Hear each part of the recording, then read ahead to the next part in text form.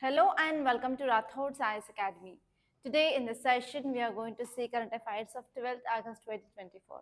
So let's get started with our discussion. And here I am taking daily edition of Hindu. So whichever edition you have, you can go to that. So in this front page, there is one important article from your economy point of view. So see the title. So title says about Hindenburg report on SEBI chief raises political storm. So actually now Hindenburg came up with a report, and this report is saying that SEBI chief is involving in Adani group. So what is a SEBI here? Okay, Security Exchange Board of India. So it is a regulator of security market in our country, right? So actually one of the SEBI chairperson or chief person who is involving in this Adani group. So because of that, there is some manipulations are going on. So this is the thing which is given here. And actually this article is important from your economy point of view. So from economy, what you have to see about what is a SEBI and some basic facts regarding this SEBI and what is the thing like conflict of interest here. So this conflict of interest topic you will be reading in your GS paper for ethics. So that is also one of the point that you have to know regarding this topic. Okay, let us see this article in detail. So this article is saying that Hindenburg research claims that the SEBI is nothing but Securities and Exchange Board of India chairperson has a stake in offshore companies of Adani. Okay, so Adani scandal is going on. In that scandal, SEBI chairperson is involving. So this is the allegation that is made by this Hindenburg research report now. So if you see some important points, so who is she? Her name is Madhabi Puri Bunch. Okay, so he is a charge. She is now having the charge of allegations of malfeasance, that is malpractices, and even she is doing stockpile manipulations at Adani group of companies. Okay, so whenever the securities or like whenever there is any maladministration which is happening in this type of group means, so many people they will be doing some investments here like buying of stocks or having the share like that. So whenever there is small practice is happening, then what happen? So it will be having impact on the people's savings. So for example, if I have 100 rupees of savings, so I will try to invest in some stock market. So if any company which is showing that good reports or good stocks, then only I will be investing there. So if this kind of malpractice is happening means what happens? So it is a stake on the savings of the large amount of people, because Adani is a famous company, right? So actually this report is saying that the report claims the SEBI chief Butch and her husband have stakes in their offshore firms. So because of these people, you're directly involved in that so-and-so company. If there is any less rating also, they'll be not showing the less rating. They want to attract more stocks there. So because of this, yes, now there is some malfunction is going on. So this is the thing which mainly said. So actually this allegation made in year 2017 itself. And actually the important thing here is that person entered into SEBI in 2017. Within a matter of 5 years, she became the chairperson. So you can understand how political influence she is using there. Okay, so that is the thing which mainly said here. And here there is a one term is involved from GS paper 3, GS paper 4, that is conflict of interest. So conflict of interest is nothing but whenever my personal interest is having the conflict with other people interest, it is called as conflict of interest. So here the conflict of interest which occurs when individual personal interest like family, friendship, finance or any other social factors, they could compromise on his or her judgments, decisions or actions in a workplace.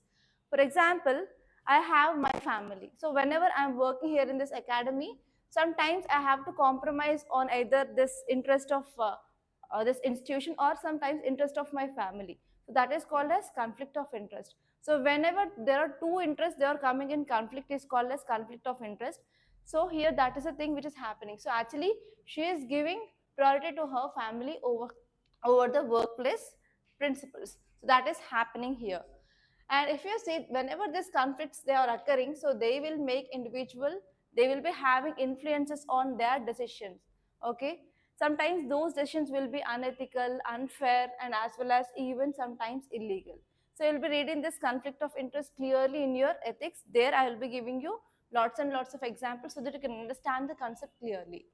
So if you see some facts regarding the SEBI, SEBI is nothing but Securities and Exchange Board of India. So it is a principal regulator of securities markets in our country, and actually it is a statutory body. Statutory body means nothing but which is established under an act. So it had been established under Ministry of Finance, okay, under this government of India. So what are the major objectives? So it is a watchdog of Indian capital market, and even it will be protecting the interest of investors in securities, and it will be promoting and regulating the securities market. So these are the three important objectives of this SEBI. So if time permits, I will be making a separate video on this. What is this Hindenburg report? So how she involved everything, I will be clearly discussing regarding different dimensions, how it will be having impact on economy, how it is having impact on ethics. So by today night, you will be getting a separate video on this topic. Okay, so next topic here is, you can see the crest gate of Tungabhadra reservoir washed away, alert issued as outflow set to increase. So here this topic is talking about Tungabhadra reservoir. So tell me, Tungabhadra is tributary of which river? Okay, Krishna. So in which state it is flowing? Yes, Karnataka. So where is this Tungabhadra reservoir is located? In state of Karnataka. So actually what is the issue is, you know that heavy rainfall is happening in many parts of our country, and even especially in the north and northwest also we are having lots of rains. So what happened, because of heavy rainfall, the floods, like the whatever the water that has come into this reservoirs will be obviously increased. So because of this, the crest gate of this Tungabhadra reservoir had been washed away. That means what is going to be the impact? So the people who are living in the low lying of this dam, they will be getting affected. So what is the requirements here? So we need a proper early warning system so that we can at least try to minimize the impact. So that is the thing which is given here. So here we need proper early warning systems regarding the rainfall, and we have to estimate the flooded water, how many cubics of water that is going to reach this dam, and even we have to understand the capacity of our Indian dams, whether whatever the flooded water that is coming up, so whether our dams are having that much capacity or not. If the capacity is less compared to that of the inflow of water, then what happens? This type of incidents will happen, right? Okay, so here you have to know about Tungabhadra river and even where is this reservoir located. And whenever you're discussing about any reservoir dam, you have to know what is the purpose of that, why we built that. And even you have to see the timeline when it was built. Okay, so based on that, you can understand what exactly the capacity of our reservoir is. So from where we can read this topic? From Geography GS paper 1, right? So here you can see this map. So here, whether Tungabhadra is a east flowing river or west flowing river? Yes. So here we have river Krishna. Okay, and this is our Tungabhadra river, which is joining this river Krishna, and it is flowing in the state of Karnataka. You can see this map. And if you see here, Tungabhadra Dam is also called as Pampa Sagar. So here you can get a question like, recently Pampa Sagar is in news. So on which river it was built? So in that way also UPSC tries to confuse you. Okay, so it is a multi-purpose dam. So multi-purpose means for what purpose we can use them? Come on, tell me. So, yeah, electricity generation, irrigation facilities, drinking water facilities. Next, yes, industries. Next. So you have to know whether it is a multi-purpose or whether it is only built for hydropower generation, or else you have to see whether it is only for irrigation purpose. So these are the three kinds where the dams have been differentiated based on. So actually it is in the state of Karnataka, and what is the importance? So actually it is a lifeline of 6 chronically drought prone areas of Bellary, Koppal, Raichur and Karnataka. So do you know this North Karnataka region? Northern Karnataka region. So it is very, very underdeveloped region. And even in this Karnataka also we have some drought prone areas. So especially in that drought prone areas for proper irrigation for agriculture purpose, so this dam is very, very useful. And actually here if you see, this Karnataka is also popularly known as this rice bowl of Karnataka because of this dam.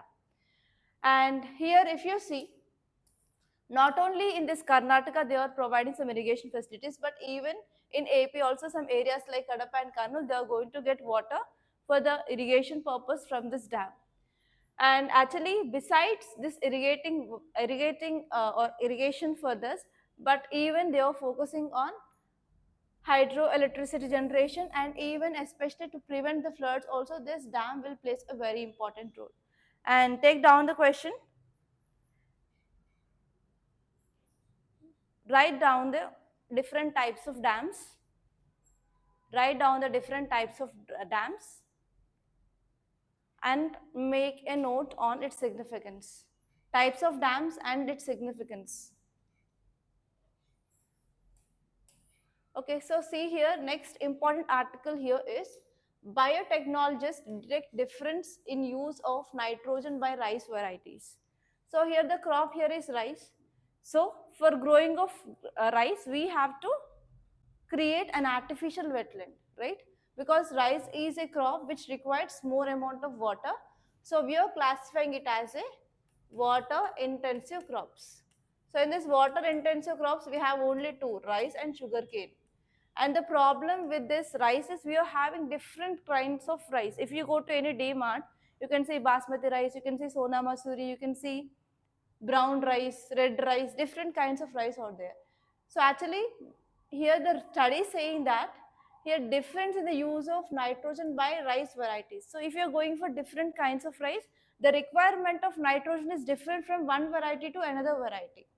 So here this article is saying that one of the important environmental concern regarding the growth here is, growth of this rice plants is, it will be releasing more amount of methane and as well as nitrogen also. Okay, so here we need to increase nitrogen use efficiency. So how we are giving nitrogen to these crops? We are spraying fertilizers, right? So for example, in urea, we will be having nitrogen. So for every plant to grow, the essential things are nitrogen, phosphorus and potassium. NPK is very important. And we are giving it artificially by using the fertilizers. So actually one important problem in our Indian agriculture is farmers are not well educated. So they don't know like exactly how much amount it is required. So they think that if they are giving more fertilizers, there will be more productivity. So that what happened, there is increasing of chemical fertilizer pollution in our agriculture.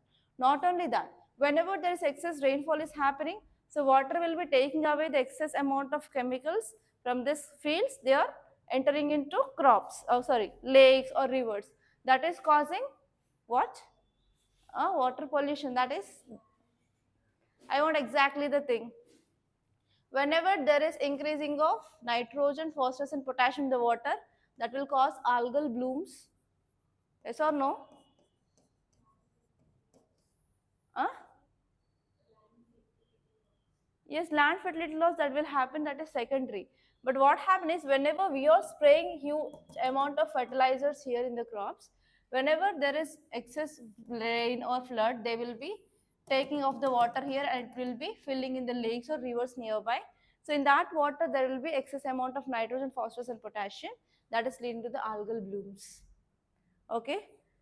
So that is the thing you have to remember. And if you see this article, it is saying that biotechnologists, they have found that significant differences in nitrogen use efficiency among popular rice varieties in India.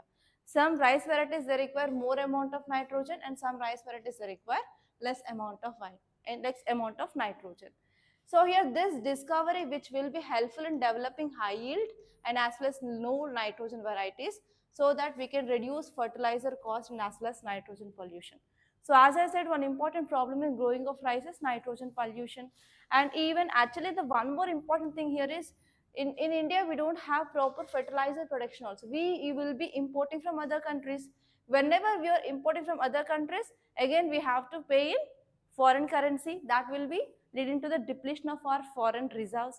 So rather than that, when we understand like which variety of rice needs how much amount of nitrogen, we can use that fertilizer within a normal limit, so that we can also decrease the cost of this fertilizer. We can also save our foreign reserves, and even we can reduce our nitrogen pollution. So that is the thing which is mainly said by this study by this biotechnologist. And actually this study is highlighting about we need a broader approach in agriculture research so that we can improve this nitrogen use efficiency so that we can maintain proper yield of the crops. Okay, so here the study is saying that we have 5 times the nitrogen use efficiency compared to others. Okay, so when you are comparing with the rice varieties of different countries like per se US, France, Russia, like that, India is having the varieties which exhibits 5 times nitrogen use efficiency. That means we are using less amount of nitrogen compared to that of others. That means we required very less amount of fertilizers that when we are comparing with it of other countries. And next important point you can see here is whenever we are using less amount of this nitrogen fertilizers, then we can increase economic savings for farmers, and even we can reduce our dependency on other countries where we are getting this fertilizers as well. So this is a second important point. And from environment, what we can say, so we can decrease nitrogen emissions and we can control greenhouse emissions as well, so that we can mitigate climate change. Okay, and we also can promote healthier ecosystems. And next one here is the problem here in India is we are not focusing on proper research and development. So we have to focus on research and development, and we have to understand exactly how much amount of nitrogen is required for certain crop variety, and we have to increase our efficiency on the breeding programs. And next one here is we have to focus on yield versus NUE dilemma. So always in our Indian farmers there is some myth that we have to use more amount of fertilizers to get more amount of productivity, but they don't know about what are the side effects of using of excess amount of fertilizers. So it is a responsibility of government to go for awareness regarding the farmers, like so what will be the negative impact of using of excessive fertilizers.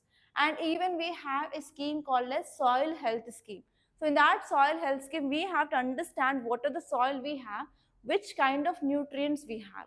So based on the excess of nutrients and deficiency of nutrients in our soil, so they will be suggesting which kind of fertilizers we have to use. So we have to bring awareness about this soil health card scheme in the farmers, so that every farmer need to have the data of their soil, and based on that they have to select the fertilizers in the market. Okay, clear? So for this we need a comprehensive study. And here you can see one article. It is about what is Google monopoly antitrust case and how does it affect consumers. So have you heard about this antitrust case? So if you purchase any mobile, so how many of you have Samsung? How many of you have Vivo, Apple? So if you after once you buy the mobile, so when you switch on it, so what are the default apps you can see? Default apps. That means before you downloading something, they will give some default apps. There are inbuilt apps, right? Yes or no? So is that Google is an inbuilt app or not?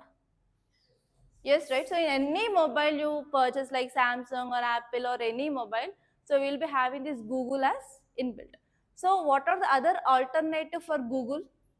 We have Mozilla Firefox. Huh? Huh? Yes, Opera Mini. Next. So we have other apps also apart from Google which are giving you the information. But here the Google is doing that. Google is giving some excess money to the companies which are manufacturing this mobile to keep this Google as an inbuilt app or default app. So this case had been filed, okay, and US said that it is wrong. So it is against antitrust policy of US. Clear? So this is as simple as that. Don't think everything is as complicated. It is very easy. So here this article is saying that US District Court accused that search giant Google of using its dominant position. So whenever we are having this inbuilt app of Google, so there is no need of again downloading one more search engine in your mobile. So because of that, even other apps also there, like which will be providing you the search engine.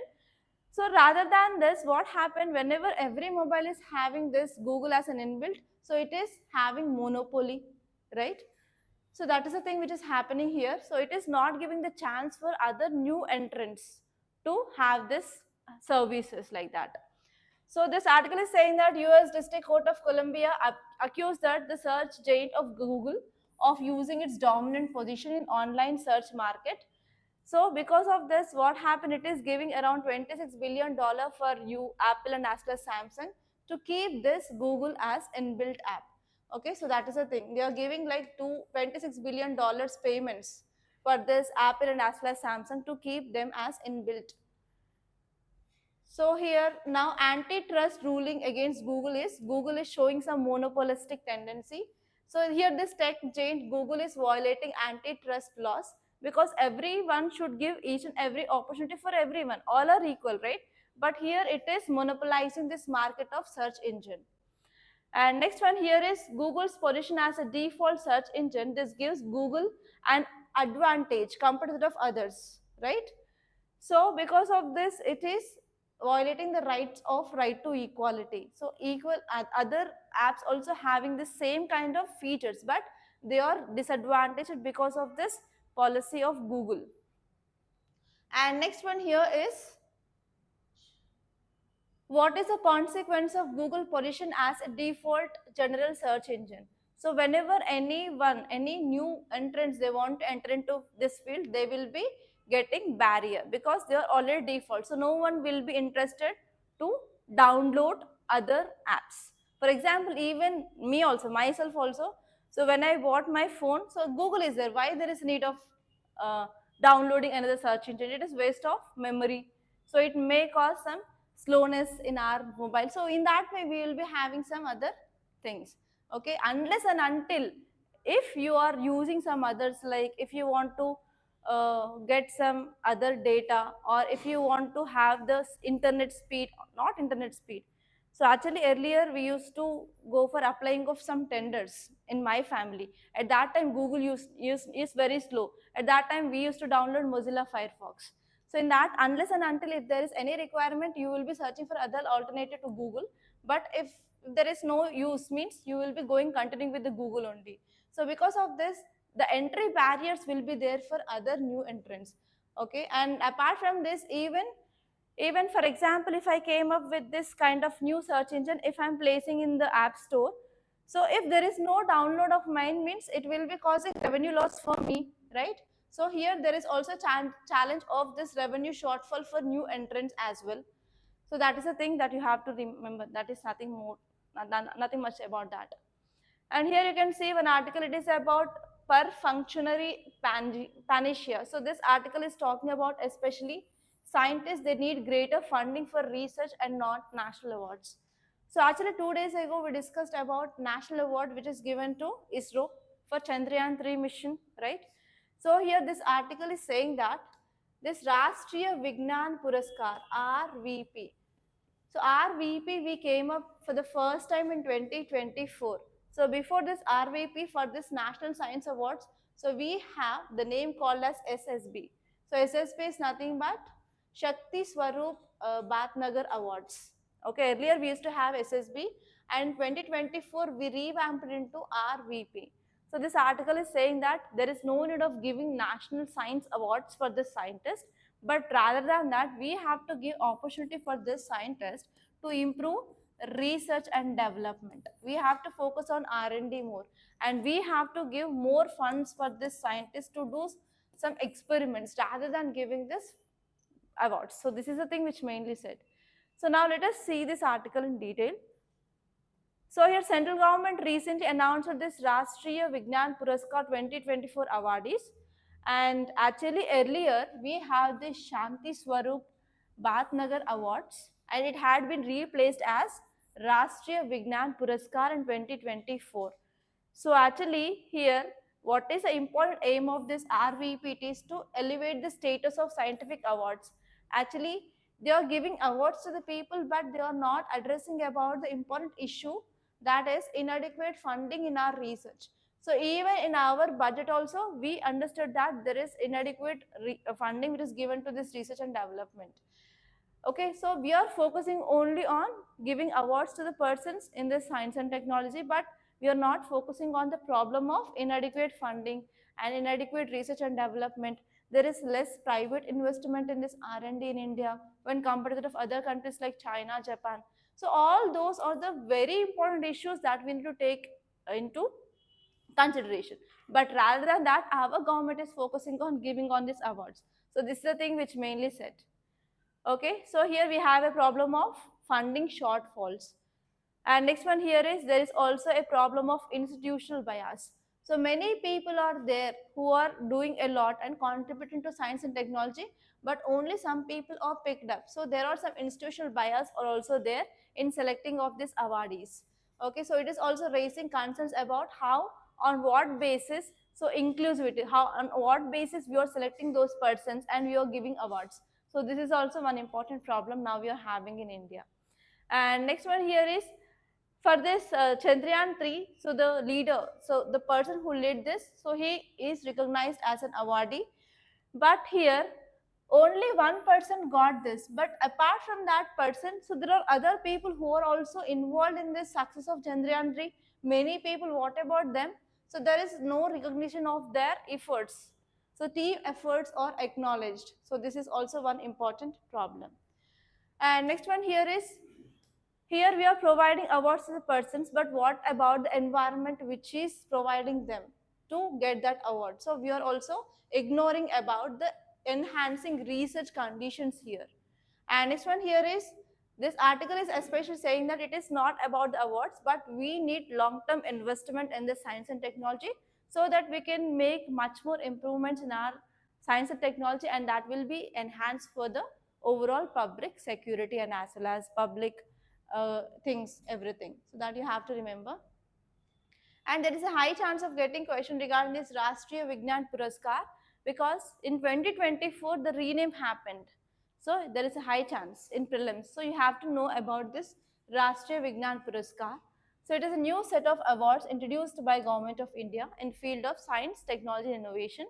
So they may give like social service, arts and sports. So in this way you will be getting confused. And the important objective it is to inspire the contributions made by scientists, technologists, innovators, etc. And it's one of the highest recognitions in the field of science and technology and as well as innovation in India. So now let us see the paper. So this is the first article, it is about Hindenburg report. And it is the only article, and here you can see about this Tungabhadra dam gates swept away. So I discussed this article. And here you can see one article, anti-terror operations continues in Jammu and Kashmir. Anantnag civilian succumbs into injuries. So here you have to know what are the reasons for this terror activities in Jammu and Kashmir, and again how many terror outfits are present in Jammu and Kashmir. And you have to see what are those anti-terror operations we are taking now. So actually, we know that one problem that we are facing in Jammu and Kashmir is, so here terrorists, they are using guerrilla warfare techniques.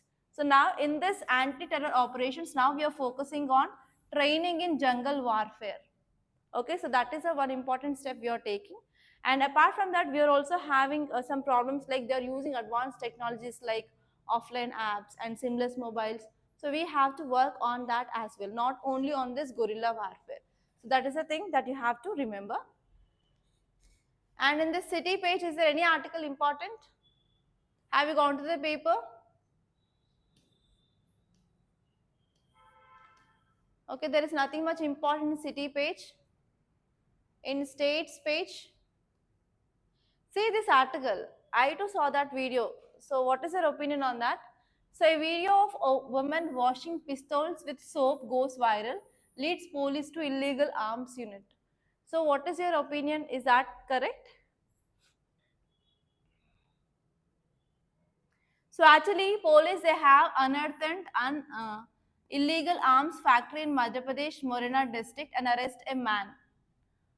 So in this video, it had become very viral that woman is cleaning these pistols by using soaps, like how we wash the dishes in our home with this soap. So tell me, so what is the impact? So if you are a DCP or if you are an IPS officer, so how you are going to see this issue? So is that illegal arms or correct or not?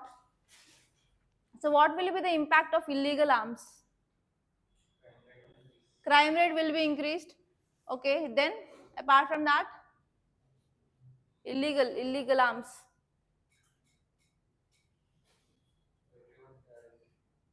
Everyone carries.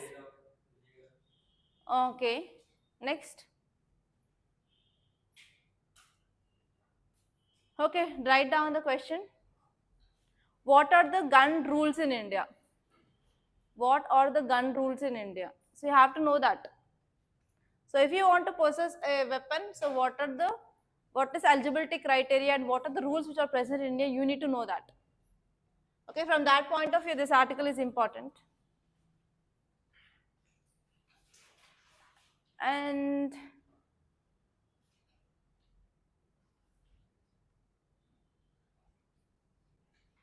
is there any article important here? Yes, you can see here. The Gotipo dancers who stumble from boyhood, stardom to adulthood anonymity. So actually it is talking about one dance in Odisha. So here you will be getting a question from match the following point of view. They will give dances on one side and another side they will be giving you state. So especially it is one of the folk dance. So in dances in India, we have official dances or classical dances. Next one is folk dance. We have 8 classical dances. So do you know the classical dances of India? Bharatanatyam, Kuchipudi, Odissi, Manipuri. Next, Kathak, Kathakali, Mohiniyattam, Satriya. So we have 8 dances. Apart from that, every state, they have their own folk dances. For example, Kalbelia from Rajasthan. You know about this Garba during the festival like Dasra, Navaratri in Gujarat. So like that, you have to remember Gotipua from Odisha.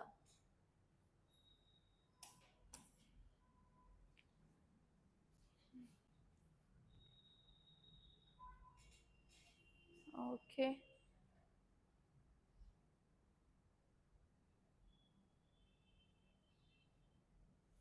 So in this text and context, I discussed about this topic WAC Act. So what is this talking about? So what is the new bill of this WAC board? Okay, what is this WAC? WAC is dealing with? So WAC refers to the property which is dedicated in the name of God for religious and charitable purpose. So it may include either any movable property and as well as immovable property. So actually it is based on Islam. So as of now in this board, the members are Muslims. So whenever the members are Muslims, so there are some allegations of misappropriation of funds and even there is no accountability, transparency and decreasing of efficiency of the work boards. So because of this now, the government said that we are going to include non-Muslims and as well as even women in this board. So here the Islamist groups, they are showing discontent or dissatisfied and there are some debates which are going on this whether we have to pass that bill or not. So once that bill is passed, we will be getting lots and lots of articles. Okay. So I said about this Google, no? Monopoly of Google.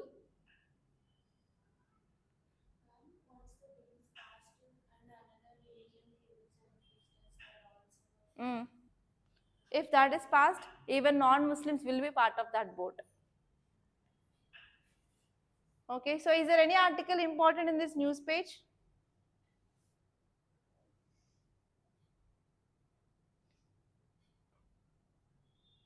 So every article it is about heavy rainfall in northern part and floods. Yes, here you can see one more article. Okay.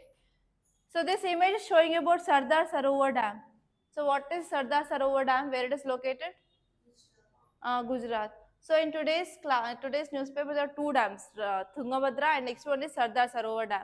So whenever you are getting this kind of dams, as I said, you have to know on which river it is built and you have to see for which purpose. Okay, and see here, Jaishankar concludes 3-day key visit to Maldives.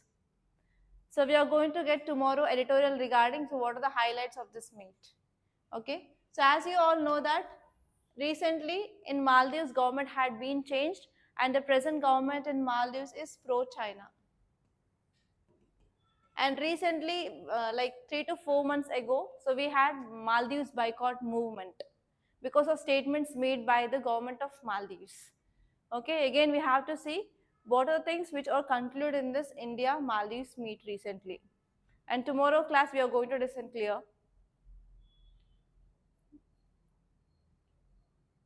So I said about this topic. And today is money wise, it is not at all useful. Okay, these are the articles which are appeared in our newspaper which are relevant from our examination point of view. So by this I'm concluding. Thank you so much guys for watching, and if you really like this class, hit the like button and please share this class to your friends.